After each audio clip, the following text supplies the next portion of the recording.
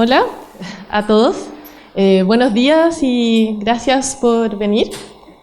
Me presento primero, soy Bárbara Rivera López y lo que les voy a presentar hoy comenzó como una conversación con Manuel y empezando a hablar de Open Access y Open Science. Y creo que durante el tiempo, a partir de lecturas, ha mutado un poco la idea principal, pero lo que sí queda es como esta idea de situar Open Access dentro del contexto de producción.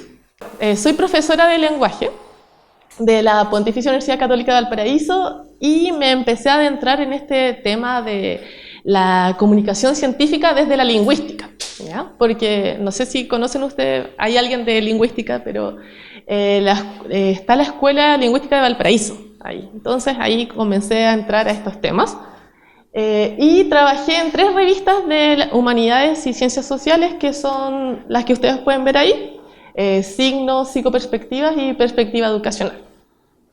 Luego, en el 2015, me fui a estudiar a Londres a un magíster en edición académica. Y tuve la suerte, y bueno, también era requerimiento del magíster hacer una práctica, y la hice en Sage. Creo que la gente que es de ciencias sociales está un poco más familiarizada con esa editorial. Y luego empecé a adentrar en el tema de la geopolítica del conocimiento a través de mi tesis. Y ahora estoy trabajando en el CIAE como asesora de producción científica. Así que eso soy yo. Ahora, en tanto, empezar con el tema del acceso abierto, ¿no es cierto? Tomé esta definición desde el documento de Horizonte 2020 de la Unión Europea, que define acceso abierto como una práctica de proporcionar este acceso online a información científica sin costo para el usuario final y con esta idea de que es reusable. ¿Qué es científico? Todas las disciplinas, entonces incluimos también las humanidades, que ahí Carolina Gainza está también luchando un poco para que se consideren las artes, también la literatura. Y son por investigación, o sea, por información científica, son los artículos científicos y los datos de investigación. Bueno, este tema yo creo que es un poco, ahora lo vamos a tocar más adelante, pero deja un poco que desear quizás lo que se está haciendo acá. Bueno, un panorama estadístico, numérico de Open Access a febrero del 2016, que 25% de los documentos académicos está en acceso abierto. ¿Qué significa esto? 2.2 millones de artículos y son 1.336 revistas científicas, o sea, mucha información está disponible en acceso abierto. ¿Ya? ¿Qué es esto? Es cómo insertamos el Open Access en este nuevo como framework que es Open Science, ¿no?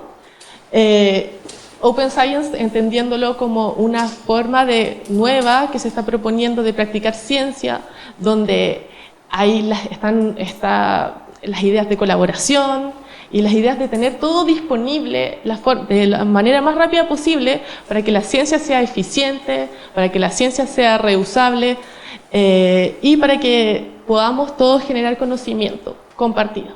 ¿Ya? Entonces acá vemos que Open Access no es lo principal, pero sí es una parte de esta forma de hacer ciencia más abierta. ¿Okay? En todo caso, yo pongo todas mis fuentes acá y después voy a subir esto para que sea Open Access, para ser consecuente con lo que estoy presentando. ¿Ya? ¿Cuáles las razones que llevaron dentro de las muchas que hay, a generar este movimiento de Open Access? Primero, facilitar el proceso de producción científica. ¿Ya? Si todos podemos acceder a la información de manera rápida, de manera eficiente, voy a poder acceder a datos de otras personas y quizás mejorar esos datos. Voy a poder conversar con otros, ¿no? También a una parte quizás un poco más ética es que no porque yo no pueda pagar, no significa que no voy a poder discutir con otros acerca de lo que se está produciendo. Entonces, esta idea de igualdad de oportunidades en conversar, que la barrera del pago no sea algo que no me permita discutir con otros. También, por ejemplo, que si yo estoy, si el Estado está pagando que se produzca, está haciendo como el funding, ¿no es cierto? Por ejemplo, no sé, Fondesit, Fondef, el Estado está pagando, no puede ser que yo como ciudadano no pueda acceder a esa información. O sea, financiamiento público tiene que ser abierto, ¿no? Y también esta noción del conocimiento como un bien común, no público y no no como una ventaja competitiva de mi país para que yo pueda innovar más, no, es de todos. Y finalmente, que los grandes problemas como el calentamiento global, por ejemplo, o algunas epidemias del área de la salud, por ejemplo, no tienen fronteras. ¿Ya? No solo pasa en ciertas partes, sino que pasa en todo el mundo. Entonces, si yo abro el conocimiento, gente de todas partes va a poder solucionar estos grandes problemas o aproximarse vislumbrar una solución. ¿Ya? Entonces, volviendo a esta idea de contextualizar Open Access, claramente Open Access nace con esta idea o lógica que tiene Internet de compartir, ¿no? De digitalizar, de que todos podamos acceder a la información. Pero también nace como una reacción, ¿no? Porque si sabemos, todos sabemos un poco de la existencia de estas, las queramos o no las queramos, las consideremos el diablo o no, son las empresas de edición académica y de procesamiento de la información, donde están generando mucho lucro, muchas ganancias, ¿no? Por ejemplo, Elsevier desde 1991 al 2013 multiplicó por 6 sus ganancias, o sea, ganan 6 veces, ¿ya? Y siempre más del 30% anual. Y eso ya estamos hablando de millones de dólares, ¿no? Lo mismo con Springer, antes de ser Springer Nature, el 2015, también más del 35% de las ganancias, Wiley lo mismo, Taylor & Francis. Entonces, es mucho dinero, ¿ya? De lo que estamos hablando, que son pocas las empresas que hasta el día de hoy pueden decir que están anualmente ganando más del 30%, ¿no? Entonces, y todo esto es generar dinero con el conocimiento, ¿ya? Eso hay que tenerlo claro. Entonces, Open Access naciendo como una reacción al decir como, oye, esta información que la está pagando el gobierno, después yo tengo que, como universidad o yo como ciudadano común, tengo que pagarla nuevamente, ¿ya? Y hay gente que se está enriqueciendo. Pero claramente no podemos decir que estas empresas no han dado un poco la vuelta a este movimiento y están finalmente también se metieron como, se apropiaron de esta ideología quizás del bien común y bueno, esta es una visión personal, ¿ya? Sí, la podemos discutir también. Pero se apropiaron del concepto de Open Access y hicieron modelos de negocio a partir del Open Access. Entonces tenemos Elsevier con su división de Open Access, Sage Open, que yo hice mi práctica en Sage Open, ¿ya? ¿Cómo generamos modelos de negocio? Las reuniones eran como, oh, pero podríamos abrir otra revista Open Access acá. Lo que también hacen, no recuerdo exactamente ahora el nombre, pero por ejemplo, si tú escribes en una revista de acceso con un paywall y no te aceptan el artículo, te lo mandan a la revista Open Access, ¿ya? Y eso es un modelo de negocio que no quieren perder al cliente, que es ¿cómo se llama? El investigador, ¿ya?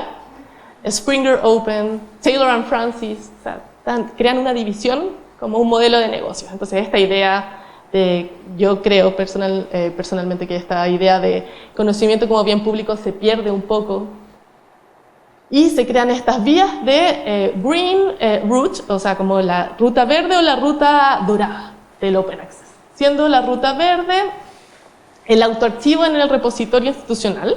No sé si las universidades desde que ustedes vienen tienen repositorio, pero la idea, o un repositorio público, entonces dicen, ya, sí, puedes publicar Open Access porque hay mandatos, ¿no es cierto? Porque lo que está sucediendo en algunas regiones, están diciendo, ya, hay un mandato donde yo como entidad que te financia tu investigación, es exigencia que tú tienes que publicarlo Open Access, ¿ya? Entonces las editoriales reaccionan a esto diciendo, ya, claro, puedes poner un autoarchivo en tu repositorio, pero hay embargo. ¿Qué es el embargo? Bueno, es que nosotros vamos a perder dinero si que tú lo publicas al tiro, porque no van a pagar. Entonces, luego de 6 meses, luego de 1 año, recién puedes ponerlo en tu archivo, ¿ya? En tu repositorio, ¿ya? Esa es una ruta. También está el Gold o dorado, donde hay una disponibilidad inmediata en el lugar de publicación, pero las APCs son los Article Process Charge, que es lo que yo pago, y digo, ya, pero tienes que pagar $5.000 para que esté abierto, ¿no? Bueno, hasta $5.000, a veces es menos, pero esa es como la cifra más dramática, que es como en Nature, Cell, Research, algo así, donde publican, esto es lo que cobra, ¿ya? Entonces, siguiendo, armando el mapa de Open Access,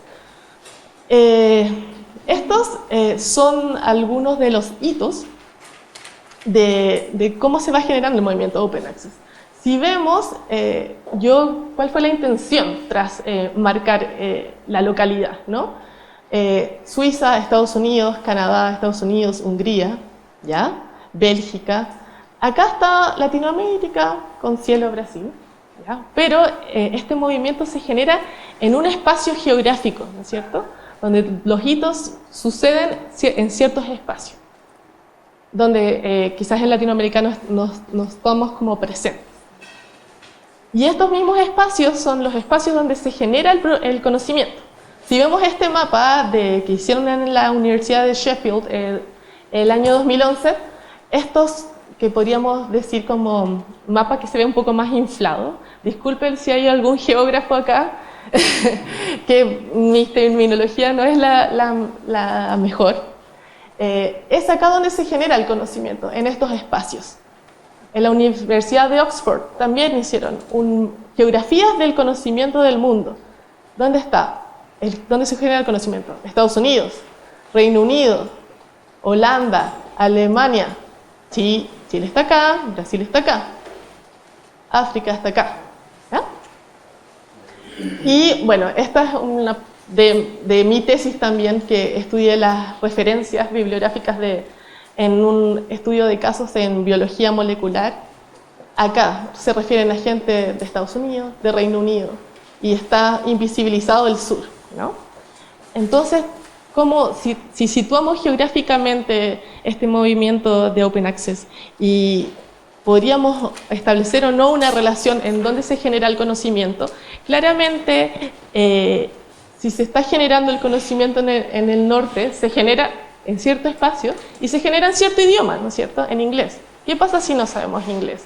Nosotros, como investigadores, y queremos publicar en estas revistas de alto impacto, ¿no es cierto?, porque si no, no me gano el Fondesit, ¿no es cierto? Si no, no puedo seguir avanzando en mi carrera y no tengo los incentivos, ¿no es cierto?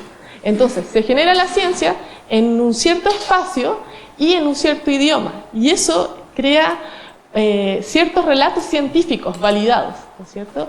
Y esos relatos científicos crean relaciones de poder, y esas relaciones de poder condicionan la comunicación del conocimiento. Entonces, este Open Access nace donde mismo nace este conocimiento que genera estas relaciones de poder entre un conocimiento validado que tiene impacto y un conocimiento quizás se podría llamar podría ser calificado como menor, e incluso fue calificado como cielo, como la favela del conocimiento. Entonces, ahora, situándonos aún más, ¿qué pasa en Latinoamérica?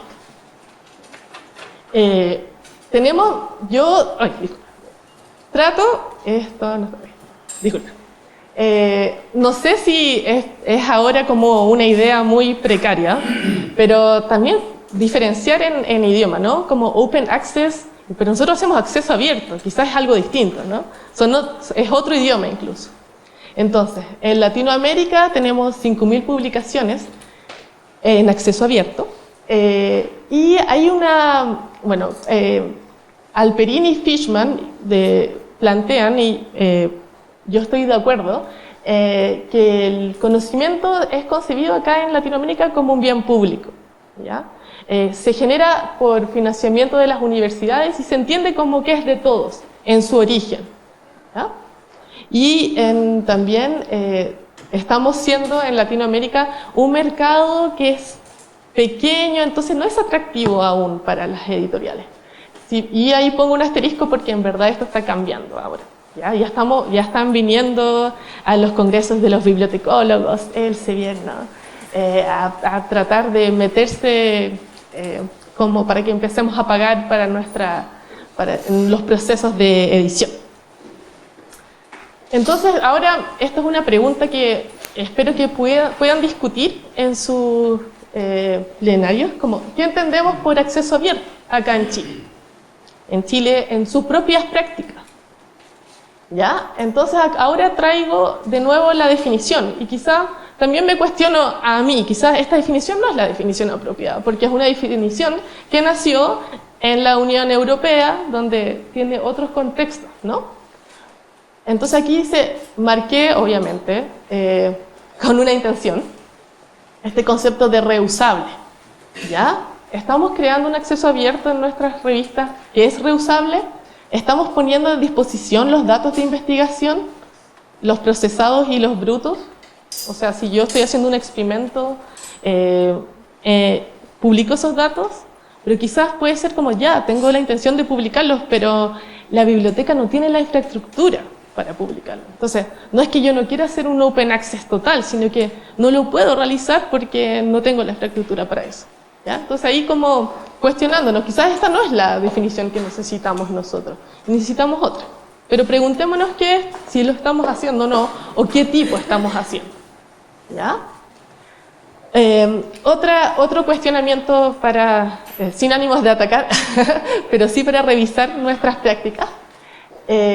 También hay dos investigaciones del 2011 y el 2014 donde planteaban que revistas que estaban en plataformas de acceso abierto también tenían un licenciamiento restrictivo. ¿Qué significa esto?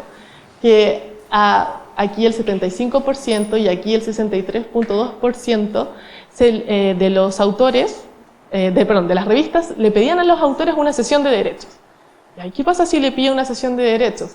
El autor va a tener que preguntarme cada vez que quiera poner su archivo en el repositorio, en un repositorio institucional, si es que quisiera ponerlo en su academia.edu, me tiene que preguntar. Entonces, ¿eso es totalmente abierto? Entonces, eso es como el cuestionamiento. Y también un porcentaje bajo de las revistas decía que abiertamente que tenía una licencia Creative Commons, pero ahí Vladimir nos va a hablar más de eso, que conoce un poco más. Bueno, y también en el contexto se produce una tensión muy importante, que es a la cual yo creo que todos quienes están acá están sometidos, ¿no? Sin temas de incentivo y de evaluación, donde nos piden que nuestros artículos estén en revistas de corriente principal, ¿ya? Corriente principal siendo en verdad revistas que son editadas en cierta parte del mundo, ¿no? Entonces, en mi opinión, son prácticas totalmente antirregionalistas, que lo que hacen finalmente es hacer que un conocimiento que se produce en Latinoamérica con fondos estatales quede en revistas donde tienen un paywall, o sea, ya pagué porque se produjera el conocimiento y ahora tengo que pagar de nuevo para acceder a ese conocimiento. No sé si tiene mucho sentido, ¿ya? Y también es antirregionalista porque no permite que Latinoamérica se posicione como un lugar de generación de ciencia, porque yo para poder ganar los fondos voy a tener que publicar en esos, porque si no, no me van a dar puntos. no voy a poder avanzar en mi carrera. Entonces, y otra cosa importante, ¿cuándo hablan de acceso abierto acá?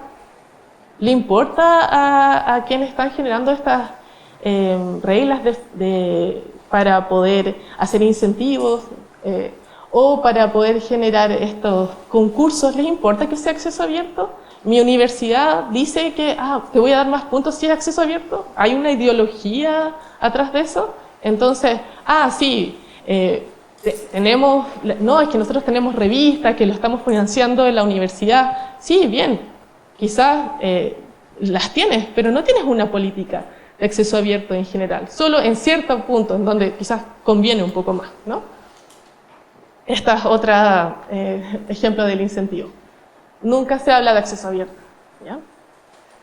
Entonces, esto lo planteo un poco, esta cita la saqué de un libro que les recomiendo mucho, que está en acceso abierto, ya se llama Hecho en Latinoamérica, acceso abierto, revistas académicas e innovaciones regionales.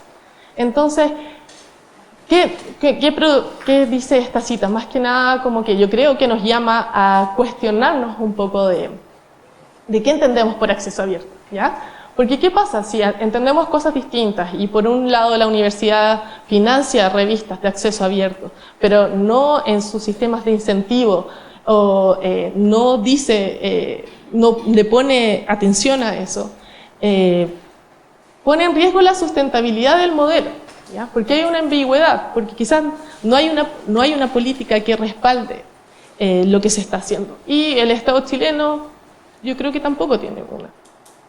Entonces, yo acá son ideas que espero que se amplíen, ¿ya? O sea, ¿qué se puede hacer desde el rol de editor para poder impulsar o tener una definición no ambigua de lo que es Open Access? Revisar las propias políticas de acceso abierto de nuestra revista. Y acá Roberto amablemente compartió en Facebook, diría yo, ¿sí? Este Open Access Spectrum Evaluation Tool, y les recomiendo mucho el Facebook de Roberto porque siempre publica cosas muy, muy útiles con respecto a esto. Entonces, someter a nuestras revistas qué tan abiertos somos, revisar y explicitar, que es muy importante, las políticas de licenciamiento que yo tengo en mi revista. En un tópico un poquito más educativo, por decir así, podríamos celebrar el Open Access Week en nuestra universidad, hacernos cargo de eso. Este año es del 23 al 29 de octubre. Hablar un poco de eso, invitar a los alumnos quizás más a los de posgrado, a los investigadores, a no estar tan lejanos, por ejemplo, a las editoriales, que acá, por ejemplo, se ve que no es así, a la vinculación con el medio, ¿ya? Podemos ayudar a colaborar en la organización de la OpenCon, que este año es en Berlín, si no me equivoco, del 11 al 13 de noviembre, ¿ya? Y hacen eventos satélites. Entonces acá el año pasado se organizó un evento satélite de la OpenCon y nos juntamos a hablar de Open Access, todos sus derivados o amiguitos, ¿no? También se podría proponer un módulo o un curso en el posgrado para hablar de producción y difusión de la ciencia, ¿ya? Los mismos editores pueden hacer ser como guest lecturer en un curso y decir como, oye, mira, así se publica, hablar un poco de Open Access, porque creo, de acuerdo a de la experiencia que he tenido, es que es algo que no se sabe tanto, ¿no?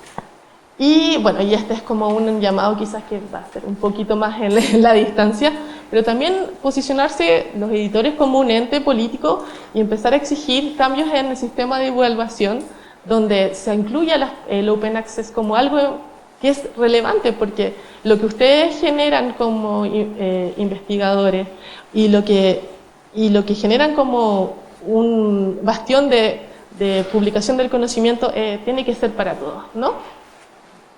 Y que valoren en verdad, por ejemplo, que los mismos investigadores publiquen en nuestra revista, ¿ya? Y finalmente, bueno, los dejo con que sean buenos editores, que no los puedan ignorar, que nos posicionemos. Y bueno, gracias por escucharme. Este es mi Twitter, si quieren seguir la conversación.